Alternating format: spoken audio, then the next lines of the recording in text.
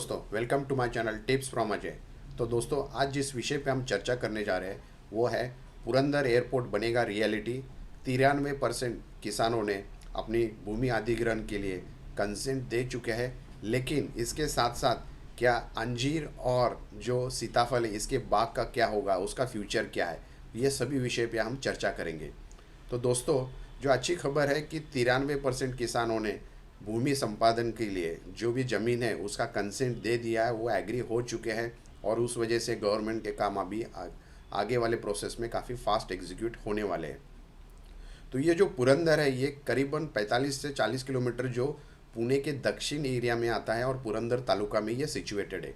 अगर पुरंदर का लोकेशन अगर हम देखते हैं तो ये 9H48 या 9H65 या 65, ये दोनों में से ये कनेक्टेड है। और अगर इसकी एयरपोर्ट के अगर हम फीचर देखते हैं तो ये यहाँ पे 2 पैरेलल रन अवे होंगे। ये कार्गो और एमआर फैसिलिटीज़ के साथ ये एयरपोर्ट बन के आएगा। एरो सिटी की अगर डेवलपमेंट देखते हैं तो ये basically arrow city over a period of time यहाँ पे फेज़ वाइज डेवलपमेंट हमें दिखाई देगा। इसकी ज़रूरत क्यों पड़ी पुरंदर एयरपोर्ट की, तो बेसिकली पुणे में जो एयरपोर्ट है एग्जिस्टिंग लोहेगांव में वो काफ़ी डिमांडिंग हो चुका है। इसकी लिमिटेशन से ज़्यादा एक्सपांशन इसको नहीं कर सकते, ये एयरफोर्स बेस में आता है। इसलिए एज एन अल्टरनेट ऑप्शन हमने पुरंदर इंटरनेशनल एयरपोर्ट को एक्सपांशन के लिए या शुरू करने के लिए एक ऑप्शन के तौर पे देखना चालू किया। तो इस वजह से जैसा ही पुरंदर इंटरनेशनल एयरपोर्ट डेवलप होगा तो यहाँ पे रियल इस्टेट, लॉजिस्टिक्स और जॉब अपॉर्चुनिटी काफ़ी बूस्ट और डिमांडिंग होने की देखने को मिलेगी।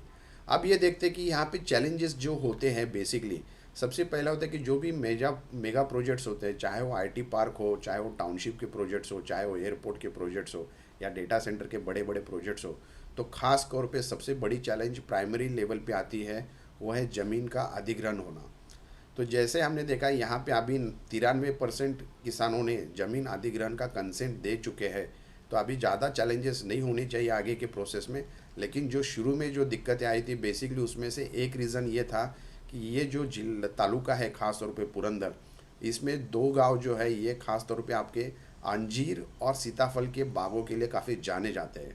तो ये जो 2 गांव है इसमें जो सीताफल और अंजीर के जो बड़े बड़े बाग हैं, ये जो अंजीर है इसको जोग्राफिकल इंडिकेशन का टैग मिल चुका है। तो ये जीआई टैग वाले जो फल यहाँ पे प्रोसेस होते हैं या डेवलप होते हैं, इसमें ख़ास तौर पे इनको प्रीमियम प्राइस होती है मार्केट में और ये एक्सपोर्ट क्वालिटी के प्रोडक्ट्स होते हैं या फल होते हैं। तो ये देखा जाए कि ये अभी किसानों की दिक्कत ये थी कि ये जो बाग उन्होंने मेंटेन किए बनाए हुए हैं, ये करीबन 10-15 साल से उन्होंने अपनी मेंटेन किए हुए बाग बनाए हैं। और ख़ास तौर पे जो अभी सीताफल है, अंजीर है या आपके आम के बाग्स है, तो ये उनका एक उपजीविका साधन है और उन्होंने काफ़ी लंबे समय से इनको मेंटेन करके डेवलप किए।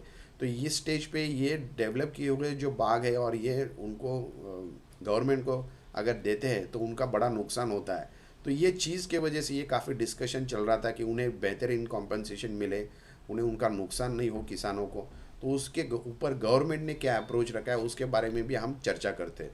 तो बेसिकली ये जो हमने देखा कि ये 7 से 8 गांव जो पुरंदर इंटरनेशनल एयरपोर्ट में जो जहाँ पे डेवलपमेंट होने वाले उसमें से 2 गांव पे ख़ास तौर पे ये जो अंजीर और आपके जो सीताफल वाले जो बड़े बड़े बाग जो बन चुके थे या किसानों ने डेवलप किए, मेंटेन किए, वो 2 गांव थे, पारगांव और वनपुरी। तो ये 2 गांव इम्पैक्टेड थे। बाकी जो गांव है उदयचीवाड़ी, कुंभारवालान, एकतापुर, खानौड़ी और मुंजावाड़ी, यहाँ इतना इम्पैक्ट नहीं दिखाई दे रहा है। तो इसमें जो अभी आपने ये भी देखा होगा कि जो भी फल के बाग है करीबन ऐसा होता है कि वेदर क्लाइमेटिक कंडीशन वजह से भी इनके इम्पैक्ट हो जाता है। और ख़ास तौर पे ये देखा जाता है कि जो ऑर्चर्ड्स होते हैं ये सब्सटेंशियली उसमें इन्वेस्टमेंट की जाती है और जितने ये मैच्योर्ड होते हैं ये बाग, जैसे जैसे ये सालों के बाद ये मेंटेन होने लगते हैं और जैसे उसके इन्वेस्टमेंट पे रिटर्न्स आने चालू हो जाते हैं, तो उस स्टेज में अगर कोई ज़मीन अगर हम किसी गवर्नमेंट एजेंसी को अगर हम देते हैं तो उसमें उनका नुकसान काफ़ी होता है और वो काफ़ी इमोशनल अटैचमेंट होता है उस टाइम पे। और ख़ास तौर पे ये देखा जाता है कि जो मुआवजा मिलना है वो क्या हमें ऑप्शन देख सकते हैं। तो गवर्नमेंट का अप्रोच क्या है इस सब चीज़ों पे, ये भी थोड़ा हम देखते हैं। तो सबसे पहले गवर्नमेंट ने इसमें एनहेंस्ड कॉम्पेंसेशन और इंसेंटिव देना चालू किया था। उसमें वॉलंटरी कंसेंट जो 93% किसानों ने दी है, ये काफ़ी हायर मार्केट प्राइस से इनको मुआवजा मिलेगा।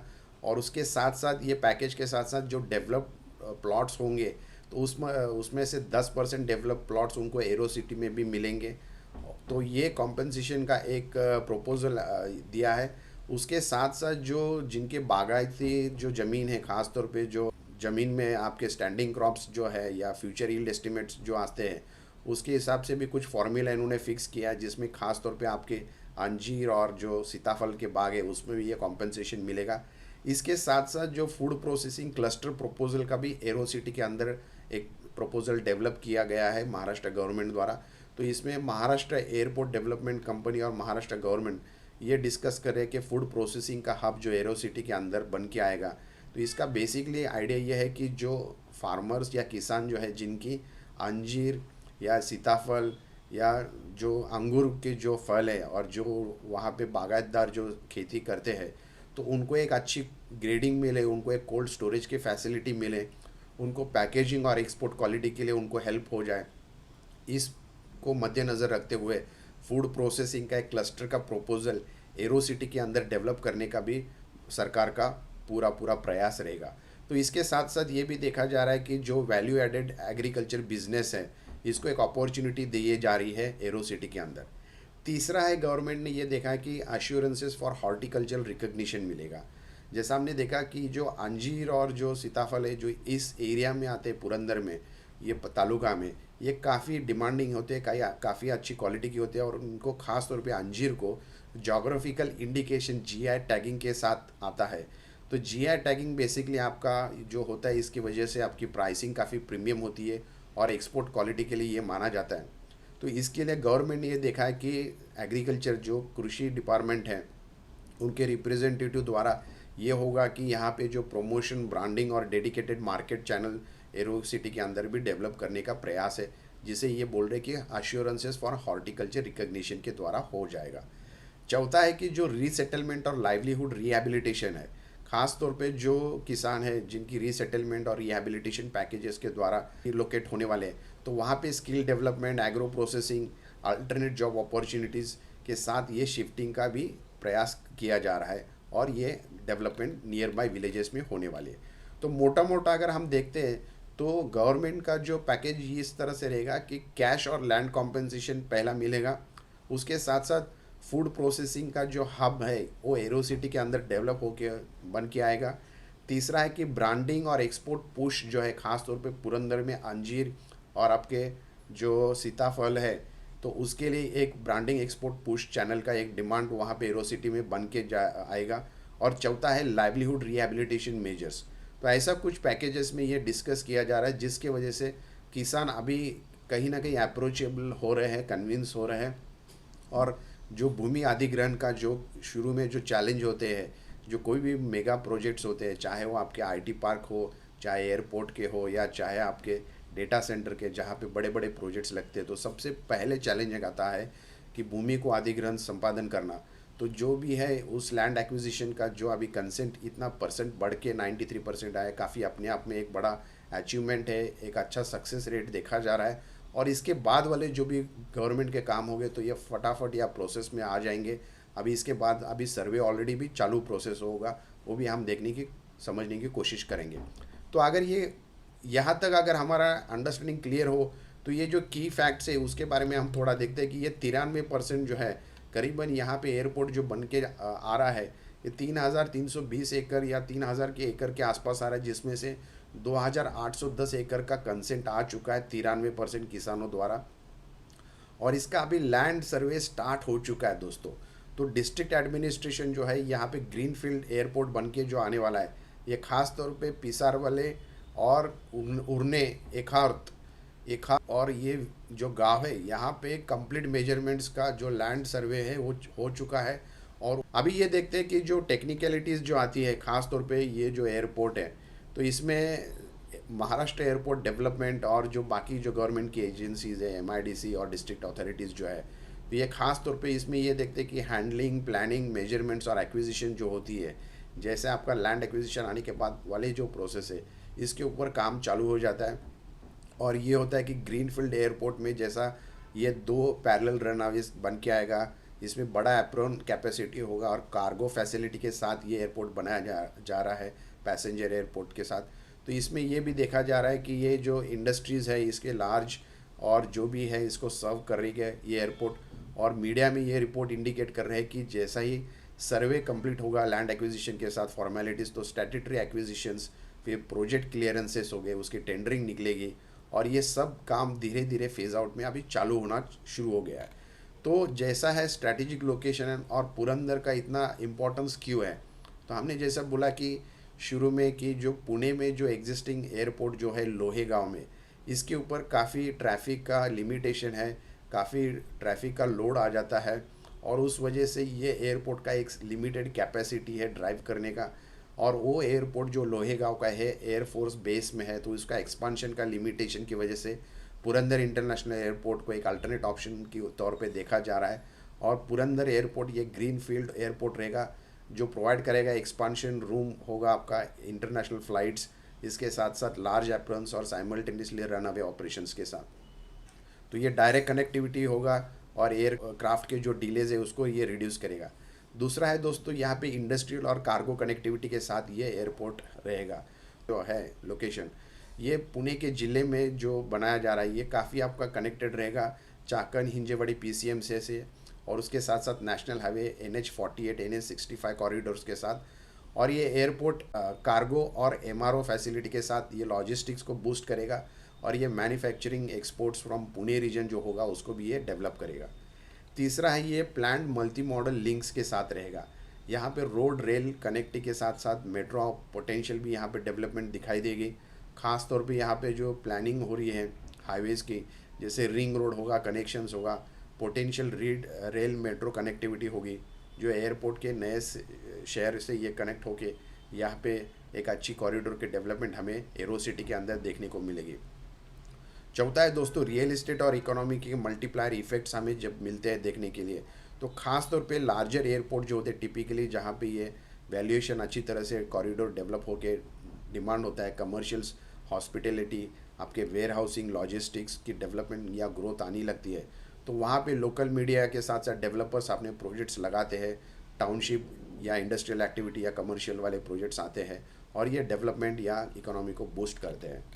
पांचवा है कि स्ट्रैटेजिक रीजनल रोल, खासतौर पे इंटरनेशनल एयरपोर्ट जब आता है तो पुणे का एक महाराष्ट्र के एविएशन नेटवर्क में एक बड़ा शहर करके पहचान होगी और ये जो है ये स्ट्रॉन्गर बिजनेस और एक्सपोर्ट हब के लिए ये देखा जाएगा इसकी डेवलपमेंट। आप देखते हैं दोस्तों इसमें चैलेंजेस कहाँ पे है, तो शुरू में हमने जैसा देखा है कि सबसे बड़ी चैलेंज कोई भी बड़ा प्रोजेक्ट लगता है तो वो होता है ज़मीन अधिग्रहण करने का, जो अभी हमने पूरा एक स्टेज में ये 93% किसानों ने कंसेंट दे चुके हैं, तो अभी ज़्यादा चैलेंज होना नहीं चाहिए आगे की प्रोसेस करने में। लेकिन दूसरा जो है एनवायरमेंटल और लोकल लाइवलीहुड्स, काफ़ी NGOs होते हैं, कंजर्वेशन ग्रुप्स होते हैं, वो एनवायरनमेंट को लेके काफ़ी सेंसिटिव होते हैं, इकोलॉजिकल कंसर्न्स होते हैं जैसा फ्लोरा फाउना या लोकल वाटर रिसोर्सेज जो होते हैं उसको हाईलाइट करते रहते हैं और इसको ये एयरपोर्ट डेवलपमेंट के साथ इसको कोरिलेट करते हैं ये NGOs, जिसके वजह से कहीं ना कहीं ये चैलेंजेस को देखा जा रहा है। तो ग्रीनफील्ड एयरपोर्ट जो होते हैं ये शुरू से डेवलप किए जाते हैं जिसमें काफ़ी इम्पैक्टफुल होता है, इनका प्रॉपरली केयरफुली उसका ध्यान से पूरा एनवायरनमेंट इकोसिस्टम, इसका इम्पैक्ट क्या होगा, असेसमेंट क्या होगा, इसका मिटिगेशन क्या होगा, इसके ऊपर पूरा स्टडी किया जाता है। और लोकल रेजिस्टेंस या जो भी डिलेज या जो प्रोटेस्ट आते हैं जो इस डेवलपमेंट को, तो उसके साथ साथ काफ़ी डिस्कशंस होती है, काफ़ी चैलेंजेस होते हैं शुरू में बताने के लिए कि क्या इसका इम्पैक्ट रहेगा, क्या डेवलपमेंट होगा, इकोनॉमी को किस तरह से बूस्ट करेगा। तो शुरू में एनवायरनमेंट और लोकल लाइवलीहुड्स का एक बड़ा चैलेंज होता है, लेकिन over a period of time जैसा ही ये गवर्नमेंट का अप्रोच अगर क्लियर हो जाता है और उस तरह से वो इसको मीनिंगफुली कन्विंस करते हैं, तो मेरे ख्याल से ये डेवलपमेंट में ज़्यादा बड़ा चैलेंज नहीं बन पाएगा। दूसरा है कि लैंड कॉम्पनसेशन, फेयरनेस और लीगल रूट्स जो होते हैं, अभी जिस तरह से ये पैकेज के साथ गवर्नमेंट ने काफ़ी स्ट्रेट फॉरवर्ड अप्रोच रखा है कि वो क्या दे सकते हैं, उन्हें पता है कि ये जो पुरंदर एयरपोर्ट है ये ख़ास रूप से बागायतदार ज़मीन है और ये अंजीर और सीताफल का लिए काफ़ी मशहूर होता है। जो भी गांव एयरपोर्ट्स के अंदर जो बनाया जा रहा है जिसके ऊपर ये एयरपोर्ट बन के आ रहा है, तो 2-3 गांव जो हमने देखे हैं उनको क्या डेवलपमेंट में या उनका क्या कॉम्पनसेशन में या उनको क्या बेनिफिट गवर्नमेंट द्वारा दिया जाएगा उसके ऊपर हमने चर्चा की। तो शुरू में लीगल या रूट्स जो होते हैं, लैंड कॉम्पोजिशन जो फेयरनेस होना चाहिए, वो एक चैलेंज होती है। और तीसरा होता है कि एग्जीक्यूशन और टाइमलाइन अनसर्टिनिटी होती है। तो हमें ये आइडिया है कि ये जो अगर एयरपोर्ट का अगर 93% का भूमि अधिग्रहण का अगर लोगों ने या किसानों ने कंसेंट दिया है, तो प्रोबेबली ये मई 2026 में होना चाहिए, मतलब शुरू होना चाहिए, और ये दिसंबर 29 तक ये एयरपोर्ट ऑपरेशनल मोड में आना चाहिए। तो इस तरह से अगर ये एग्जीक्यूशन और टाइमलाइन अगर ये फिक्स हो जाता है और इसकी मुताबिक अगर काम चालू होगा, तो डेफिनेटली इसका एक बेनिफिट सब लोगों को मिल सकता है। लेकिन आगे के चैलेंजेस या जो भी एक्टिविटीज़ होती है, वो सब निर्भर करता है कि आप कितना स्पीडली उसको इम्प्लीमेंट या एग्जीक्यूट करते हैं, और किस तरह से जो भी स्टेक होल्डर्स हैं आपस में एक साथ मिल के बैठ के इसको सुलझाव कर सकते हैं या सोल्यूशन निकाल के ओवरऑल डेवलपमेंट के हिसाब से प्लान करके देख सकते हैं। बॉटम लाइन ये है दोस्तों कि लैंड सर्वे जो अभी चालू हो गया है, 93 से लेकर 94% तक किसानों ने कंसेंट दिया है भूमि अधिग्रहण के लिए, और ये काफ़ी बड़ी अच्छी खबर है। और यहाँ पे अभी जो आउटरीच और नेगोशिएशन जो चल रहे हैं एक्विजिशन को लेके, ये जल्द से जल्द कंप्लीट हो जाएंगे, और लैंड प्रोक्यूरिंग और टेंडरिंग का प्रोसेस ख़त्म होने के बाद आगे की जो प्रोसेस है वो चालू हो जाएंगी। और ख़ास तौर पे हमने देखा है कि 2-3 जगह पे सर्वे की प्रोसेस चालू हो गए। तो सर्वे मतलब आगे के प्रोसेस में ऑलरेडी गवर्नमेंट का एग्जीक्यूशन चालू हो चुका है, और ये अगर इम्प्लीमेंटेशन होता है तो क्लियरेंसेस, फंडिंग और कंस्ट्रक्शन का काम जल्द से जल्द हमें पुरंदर इंटरनेशनल एयरपोर्ट के साइट पे देखने को मिलेगा। और ये काफ़ी बूस्ट करेगा लॉजिस्टिक्स और लोकल इकोनॉमी को। इसके एनवायरमेंटल सेफगार्ड्स, ट्रांसपेरेंट जो भी कॉम्पेंसेशन डिलीवरी जो होगा, या गवर्नमेंट के डेडलाइंस के साथ जो प्रोजेक्ट बन के आएगा, उसमें ये देखना ज़रूरी है कि किस तरह से सब स्टेक होल्डर जो भी इस एयरपोर्ट में इम्पैक्टेड रहते हैं या जो भी इसमें डेवलपमेंट के लिए जो भी योगदान करेंगे, उनको आपस में बैठ के सामंजस्यली एक सोल्यूशन निकाल के तुरंत इसको एग्जीक्यूशन के लिए प्रपोजल पुटअप होना ज़रूरी है, ताकि इसके बेनिफिट्स लॉन्ग लास्टिंग रहे, सबको मिले, एक साथ मिले, और किसी का नुकसान नहीं हो। ये सबका उद्देश्य होना चाहिए और इसका बेनिफिट होना चाहिए। दूसरा है कि जैसे ऐसे बड़े प्रोजेक्ट्स आते हैं डेवलपमेंट के लिए, तो दोस्तों एज ए स्मार्ट इन्वेस्टर आपको ये देखना है कि गवर्नमेंट की नोटिफिकेशन जो भी आती है टाइम टू टाइम, उसको वॉचफुल रहना है, अच्छी तरह से आपको ड्यू डिलीजेंस फॉलो करना है, एक लीगल कंसल्टेंट या एडवाइज़र के थ्रू उनका एडवाइस लेके ही आपको इन्वेस्ट करना है, सही टाइम पे इन्वेस्ट करना है, ताकि अच्छे रिटर्न्स आपको मिले, सेफ रहे, आपके रिटर्न सिक्योर रहे, और हेल्दी रिटर्न्स आप करें, ताकि लॉन्ग रन में आपका इसका बेनिफिट मिले। तो दोस्तों ये ज़रूरी होता है कि ऐसे इंपॉर्टेंट प्रोजेक्ट्स में काफ़ी ड्यू डिलीजेंस और काफ़ी वॉचफुल होना चाहिए। तो ये एक इंटरेस्टिंग टॉपिक था। पूरा वीडियो देखने के बाद इसको सब्सक्राइब करिए, लाइक करिए, शेयर करिए, ताकि इंटरेस्टिंग टॉपिक्स ऐसे हम आपके सामने लेके आएंगे। Thank you so much. Take care of yourself and your family. Thank you.